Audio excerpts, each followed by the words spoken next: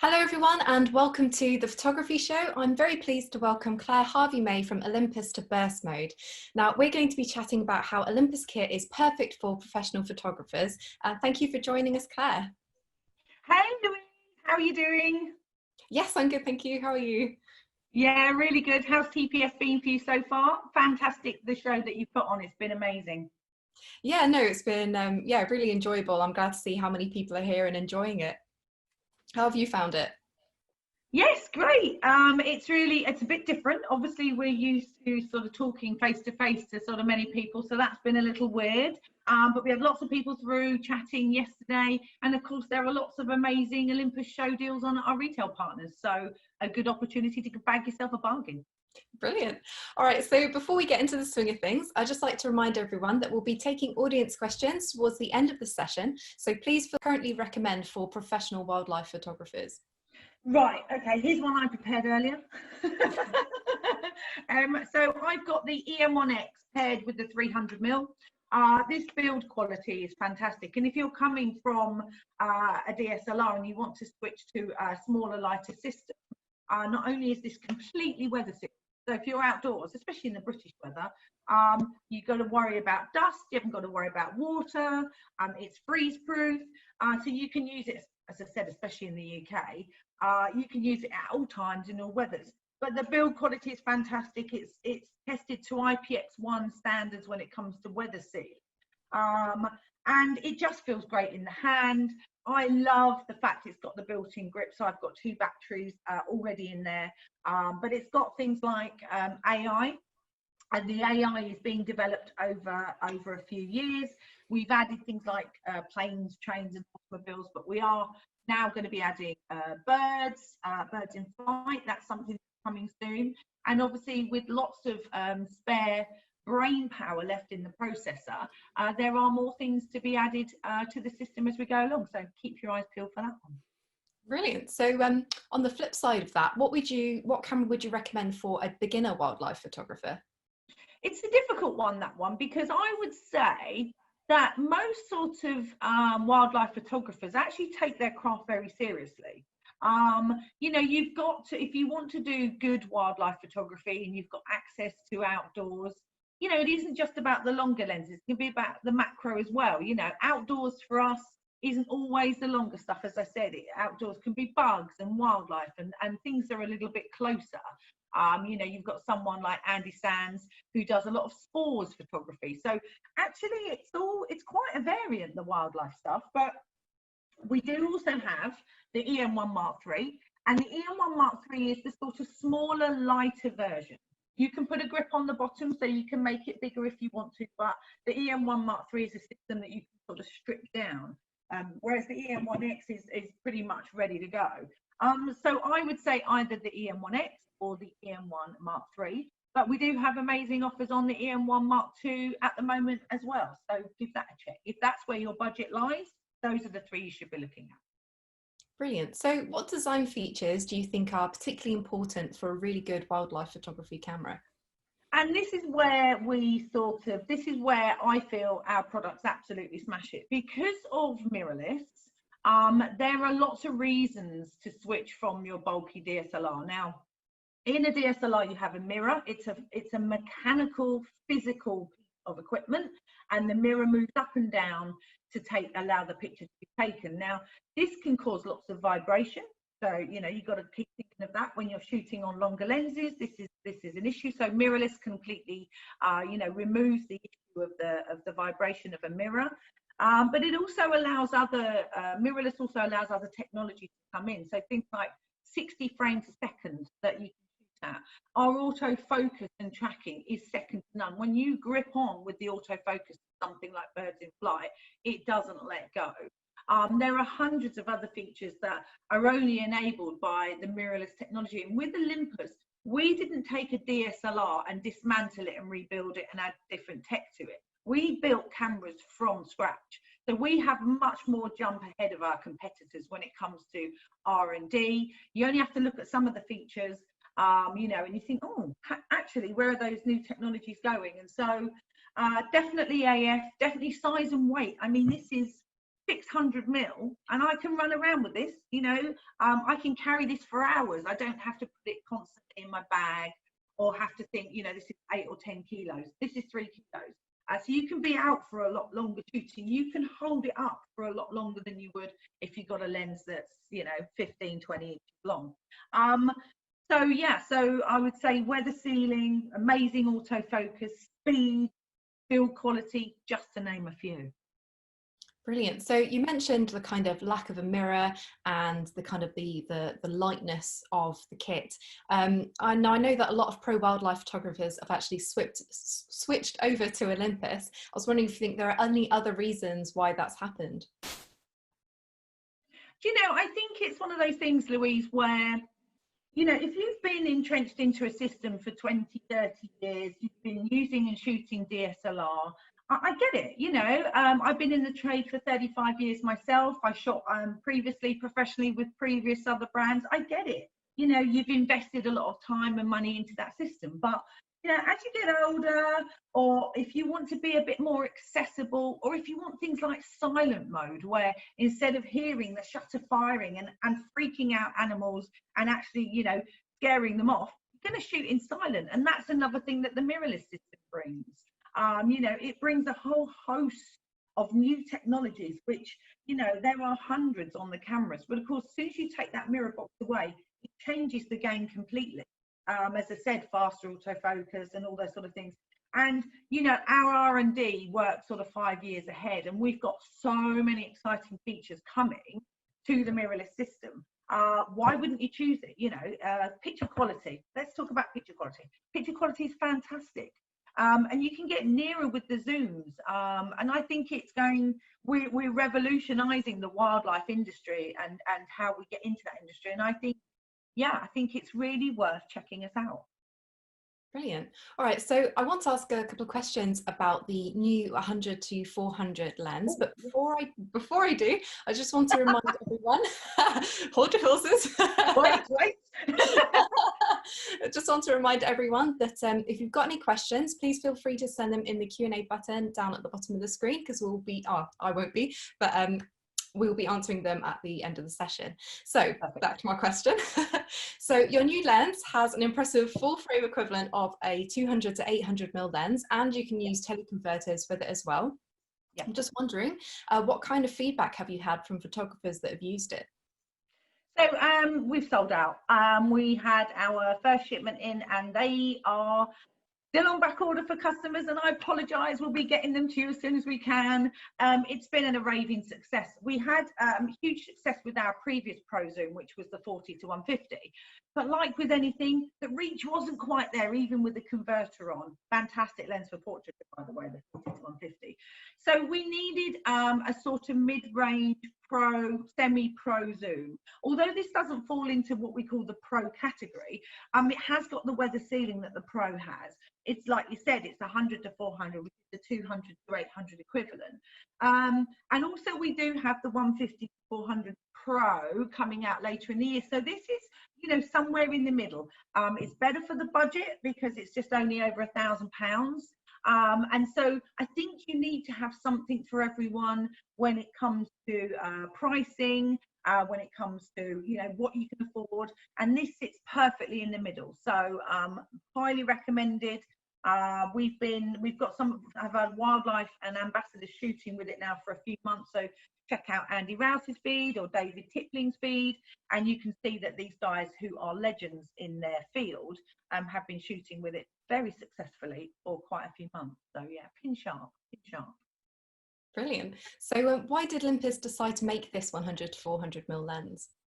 I think it's because it's a good price point. I think you've got to think about the mass market. You know, not everybody is going to be able to afford the 150 to 400 when it comes. So I would think that this probably sits somewhere in the middle. And as I said, it's the weight is sort of 1.2 kilos, so it's very lightweight. And I think again the focal length is pretty good. 100 to 400 sits just after our 40 to 150. And if you've got the 300 and you want something a bit more flexible, which is fixed focal length, the 100 to 400 is the perfect choice. Perfect. Okay, so I just want to switch gears a little bit and go on to the Em1 Mark III. So you Yep. can get 7.5 stops of in-body image stabilization on that camera. So I'm just wondering, why has Olympus put so much thought and effort into this feature, and why do you think it's important for photographers? Yeah, it's very interesting because that is one of our core technologies. Our image stabilization has gone from strength to strength in the last sort of 7, 8 years of the mirrorless system being out. And obviously I'm going to say it, but I think it's the best in the industry. It's incredible, not just for stills, Louise, but you, if you've ever shot video and you want to run and gun, which is sort of walking as you're shooting, and you've got the image stabilization on, your picture and video is completely still. Now, when does the image stabilization kick in? The image stabilization kicks in when you're using the longer focal length. And again, if you're sitting in a hide, or if you're sitting waiting for that elusive animal, you know, it's the thing about wildlife photography is you could be there for ages doing nothing, and then it's all last minute sort of let's go, let's go, let's go. And so image quality and sharpness of image is obviously key, especially when you spend a lot of money going abroad and taking pictures of tigers and lions and things. You want pin sharp pictures, and of course the image stabilization helps you with that. So you've got a thing on the 12-100 and on the 300mm called Image Sync. And what that does is there's a piece of lens that mimics the shape and movement of the sensor. And this helps with the 7.5 stops of image stabilization. It's brilliant. It's great on longer length. It's great when the light starts going, you know, rather than having to force your ISO up, you let the image stabilization take over. And that's where those things win. Even in the smaller system, so when you've got, not only can you hold a smaller system more comfortably and more sort of tighter, when the image stabilization kicks in as well, you've got double. So it really does work, and it's something that we're very proud of, that technology. Perfect. All right, so one of my favorite features on Olympus cameras is the focus stacking feature.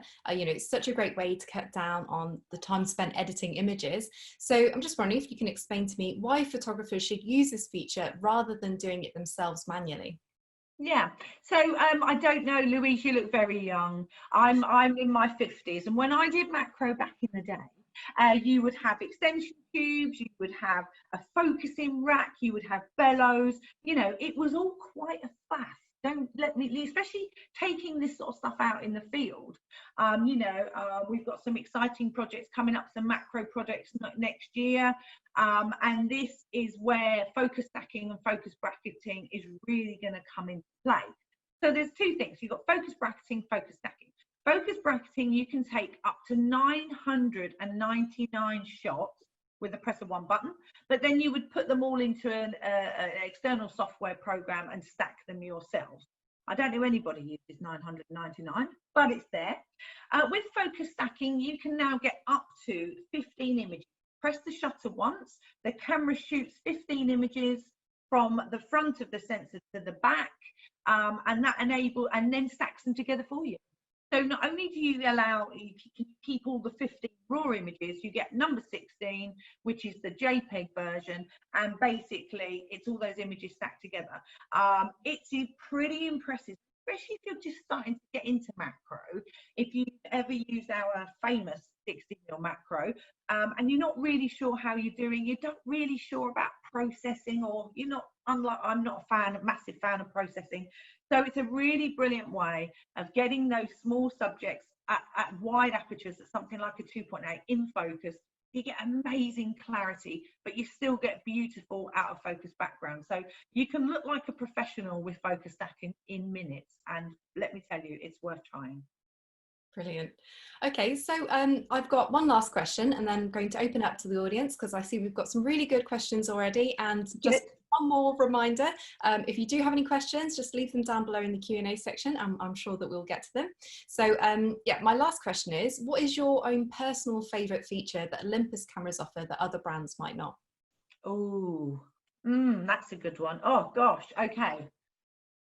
My favourite feature, okay, so there are two basically. One is the Live ND. Live ND is basically neutral density filters within the camera. So if you haven't taken out your Lee filters and you haven't got your sort of big stoppers on you, you can basically shoot with the light, you know, cut out from the camera, and you can shoot ND. So you can get nice, the waterfall type pictures and slowing of the water in camera.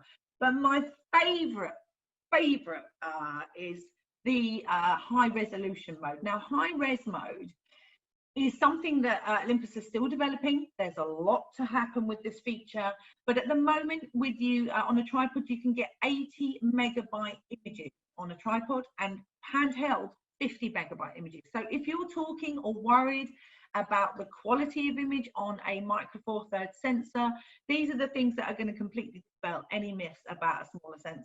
These give you incredibly large files. And as I said, this is somewhere where the technology is moving forward, and I am very much excited about what's going to happen in the future with high res. So I'm going to say high res. Perfect. Awesome. Thank you for that. Okay, so I think we'll go over to the audience now. So I've got a question from Christian Rogers, and he's asking, he's asking what lenses are included in the Em1 Mark II deal, and he's asking how do you get it. He mentions that he likes to do sports and he wants to upgrade his 75 to 300mm zoom, and should he go for the 12 to 200mm Pro or the 40 to 150mm Pro, bearing in mind that he also does street and wildlife as well. Yeah, so that's quite a difficult one. At the moment, there are lots of deals, obviously lots of show deals out on the Em1 Mark II. At the moment, I think there's a free promotion with a 1.2, but that doesn't really sort of help you with the wildlife. If you want my honest opinion, I would probably go with the 40 to 150 and a converter. Reason for that is because you're already using the 75-300, so you obviously enjoy the zoom. And I think that if you want a longer reach and a faster, because obviously that's a sort of 6.3, this gives you 2.8. But the joy about this lens, it's got a minimum focal distance as well, so you can shoot really close. So I think that's probably what I would say is the 40 to 150 with the 1.4 or the 2 times, giving you flexibility, but not just for wildlife. It means you can shoot portraits. It means you can shoot close up. It, you know, also does a little bit of macro. That would be probably my choice. Yeah. Awesome, thank you. Okay, so I've got another question here, although I can't see the name. So someone is asking, so you say that the weather sealing is good on the cameras. Does this mean that I can shoot in the worst of British rain? Which is obviously something that we all have to struggle with. Absolutely, you can. Do you know, it's one of those things, as I said earlier, I've been in the trade for 35 years, and when I first joined Olympus and I sort of got to know the weather sealing, you know, there's always a part of you, especially if you purchase, you parted with your good, hard-earned money. You know, we've got your, and you're out there with sort of £4,000 worth of kit and it rains. Of course, the first thing you think of is putting a bag over it or going home. No. Stay out, shoot. The only thing you've got to wipe is the front element, because if that gets wet, obviously that ruins your pictures because you can't see. I have been out in torrential rain. I have been splashed in puddles. We've done photo walks around central London in the absolute pouring rain, and I have never in 6 years ever had a fail. It's been fantastic. As I said, the only thing is lens cloth to keep the front dry. That's it. Don't be scared. Get out there. Winter is here, and obviously the rains are going to come. So we want to see all of your images in the rain. Definitely, we encourage it. Brilliant. I'm looking forward to seeing lots of really, really moody, dramatic, rainy shots now. Exactly. Awesome. Okay, so I've got another question here, and someone is asking if you can tell them about Pro Capture, and then they said please at the end as well.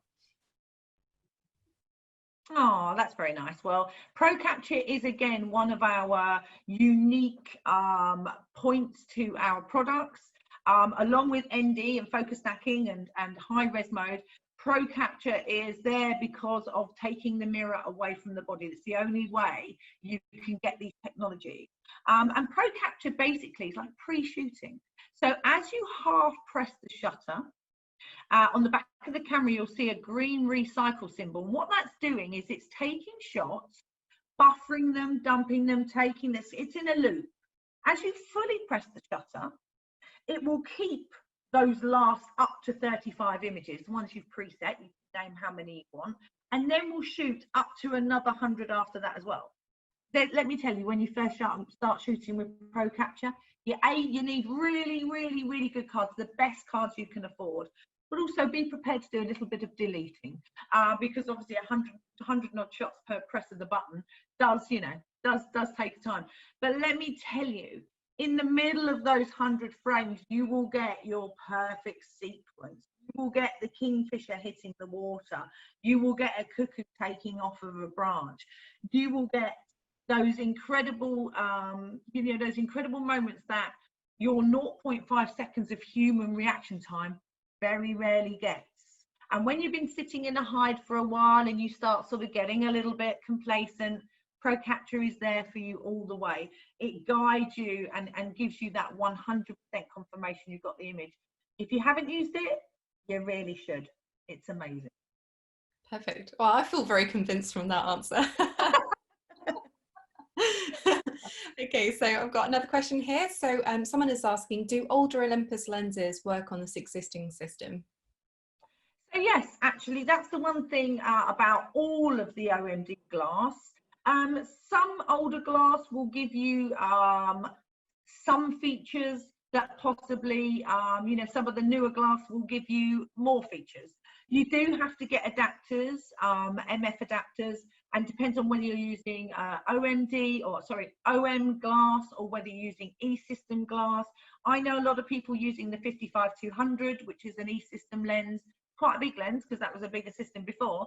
But absolutely, all lenses are compatible. You just have to get the right mount. Perfect. Okay, so Austin Taylor, I think, is asking, how does one get to borrow some Olympus kit to try, like you mentioned earlier? Yeah, so we've got our social team ready to post on our Olympus UK. It can be either Twitter, Instagram, or Facebook. And they will put the link on social media after this chat. So just head over to @Olympus UK. But there's also on the stand, there's the little link on the TPS stand as well. And that basically sends you through to Image Space, which is our events page, where you can fill out a form, and then that form comes to me. We don't, we look at these people quite seriously, obviously. If you really are looking to switch systems, but you just want to try it, really worth coming and talking to me. So anyway, through the TPS stand or through Olympus social media, you'll find a link. And I'll see you soon. That's the good thing. Perfect. Okay, so another question here from Marlene, and she says, good morning, can you advise me at what sort of high shutter speeds the image stabilization ceases to have a benefit with the telephoto lens? That's very interesting, because obviously when you're using the electronic shutter, that's so there's no physical shutter curtain opening and closing. You can get up to 32,000, put my teeth back in, 32,000th of a shutter speed. But obviously you've got to be in brilliant sunlight, all right? So, that is really high shutter speeds.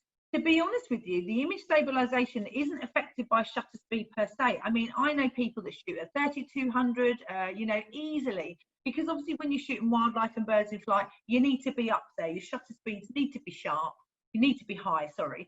So we're talking always over 1,000th of a shutter speed. So, 1,000th, 2,000th, and assuming the light helps. But don't forget, when you've got image stabilization, that's giving you 7.5 stops of EV, which enables you to lower your ISO, and enables those shutter speeds. So I haven't had any issues where the image stabilization doesn't work at higher shutter speeds. In fact, it does the opposite. It helps. Perfect, thank you. Okay, I've got another question here. Are you looking to roll out Starry Sky AF out to the Em1 Mark II via a firmware update? That's a definite no. It was about processing power for the Starry Sky AF. Now, I've got to say, like with any new feature that comes out, there's always a little part of me that thinks Starry Sky AF. I went and I actually put myself on a night sky course a couple of years ago, and we went down to Bournemouth and we shot the Milky Way. I've got really bad eyesight. As you get older, eyesight fails you, and I forgot to take my reading glasses. So when you shoot night skies, it's mostly manual focus. I had out of 30 pictures of Milky Way 2 in focus. Let me tell you, I was very cross. So when Starry Sky came, I thought, so I took my camera out literally the first time I got it, took it out the back, and I couldn't believe it worked. I was like, yay, for blind people like me, it's going to be great. For people whose eyesight is going, and especially at night, it's going to be fantastic. But it is about processing power, and the Em1 Mark Iii has had the new processor added to it to enable Starry Sky to work. So I would say at this time, no, to backdating it to the Em1 Mark II, but that's what I know at this time. So, you know, there could be a possibility, but I would say no. Yeah. Could you just let me know, so what cameras can we get the Starry Sky AF on at the moment? So at the moment it's on the Em1 Mark III. Okay. At the moment, that's the model that it's on, and yeah, so that's the one. That's the latest model with it in that one. Awesome, thank you very much. Okay, so I've got a question here from Mary Gardner, and she's asking, Claire, you teased us with some macro projects next year. Can you tell us something, please? No, but really glad you picked up on that. So no, I can't tell you about that yet. Probably shouldn't have given you a teaser, to be fair, but it is very exciting, and just keep your eyes out on the channels because that's going to be announced soon. Brilliant, very mysterious. Terrible, really, isn't it? I know, very curious and mysterious, but we like a bit of mystery, you know, keeps you all guessing. Indeed. Okay, so we've got another question here. So someone is saying thank you for all of the information, and they're asking, so what about portrait photography like studio work? So where does Olympus sit in on that, and what kind of camera lens combo would you recommend? So it's very interesting. Again, if you're shooting studio, I've got lots of options. Like you can be untethered. So you can be tethered by a wire, but you can also be untethered. So you can shoot Wi-Fi. So you can be free to run around the studio and have your images automatically upload to Olympus Capture and then into Photoshop or whichever software you use, Capture One maybe. The 1.2 lens range, 25, 45 and 17, all of those will give you incredible portrait options, pin sharp and very sharp with beautiful transitional bokeh from front to back. So instead of having big chunky pixelated bokeh, you'll see this beautiful smooth bokeh. So that doesn't detract from the face. You know, if you're shooting portrait photography, you want to see the face. It's all about the face, not the background. So, but again, going back to portraits, the 40 to 150, if you want to be a bit further away, fantastic. That's a 2.8 constant. That should be considered in mind. And to be fair, any of the cameras, our face detect and eye detect is incredible. So if you're shooting at 1.2, there's a little distance for you to focus. Obviously, your focal plane is quite small. But with eye detect and face detect, bang, you can again get into that movement, get into that motion with your model, and make it really easy for yourself. Perfect. Awesome. Thank you for that. Okay, so I've got a question here from Stephen, and he is asking, what is the slowest and the fastest shutter speed that you can use with the handheld high-res mode? So the shutter speeds in high-res handheld mode are massively fast. It's 1600 on the higher end. On the lower end, you can use, obviously, you know, the organic or the sort of the most organic ISO is 200. We do also have a low 100 and a low 64, but so keep that in mind. But yes, so I like 200. I think it's always, but if you need sort of things like starry skies or night skies, I can tend to drop a little bit lower. But that's where you're looking at on those two preferences. Awesome. Okay, so I've got a question from Greg Coyne, who's asking, when can we expect the firmware upgrade for the Em1X? Hey Greg, how are you? Soon. Do you know, it's very difficult when you've got OPRs and NDAs and all those sort of three-word sort of secrets. It is on its way.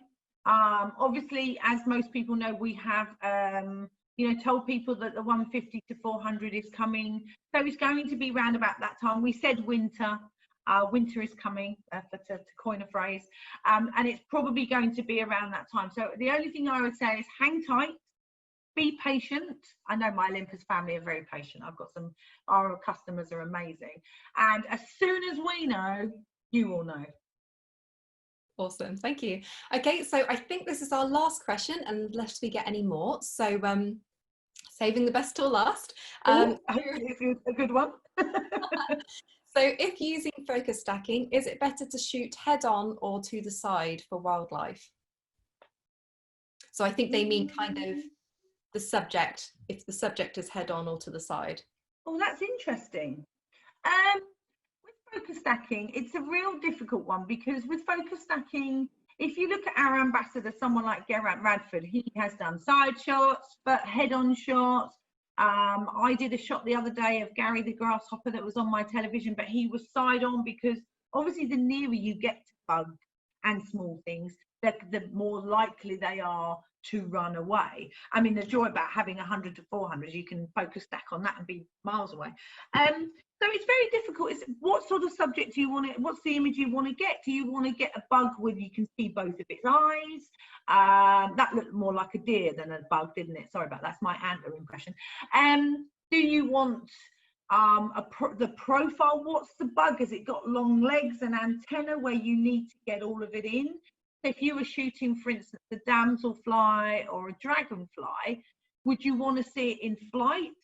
So it's a very difficult question now. Obviously, I think variety is great, but also I would check out the sort of macro meisters, you know, the people like Geraint Radford, people like Andy Sands at Chiswick, you know, all these people do incredible macro stuff, and they vary. You know, they all have face on, side on, and I think you've got to decide what your style is. If you were shooting a snail, for instance, would you want it front on with its antenna up, you know, with its little antenna up, or would you want to see the colour of its shell on the side? Very difficult, that one. I think it's going to be personal preference, but to be fair, I'd say try them all. Why not? Yeah, good answer. I've actually just seen another question about focus stacking, which is quite interesting. So David Cottrell is asking, where should I set the initial focus point when focus stacking? Brilliant question. So there are two different answers. With focus stacking, which is the one that's done for you in camera and you get the final image, the focus point goes in the middle. When you shoot focus bracketing, which is where you can do up to 999 shots, you put the focus point at the bottom, because that's a much more manual operation. So what it does with focus bracketing, it starts at the bottom and goes all the way to the back. With focus stacking, it starts in the middle because it's an much more automated process. It will take 1, 1, 1, 1, 1 and then stack them. So middle for stacking, bottom for bracketing. Perfect. All right. I've got another question here. They've said that they've seen all of your videos and support online over the last few months, and they said they think that you've led the way, and they're just wondering, are these videos and one-to-ones available to non-Olympus users as well?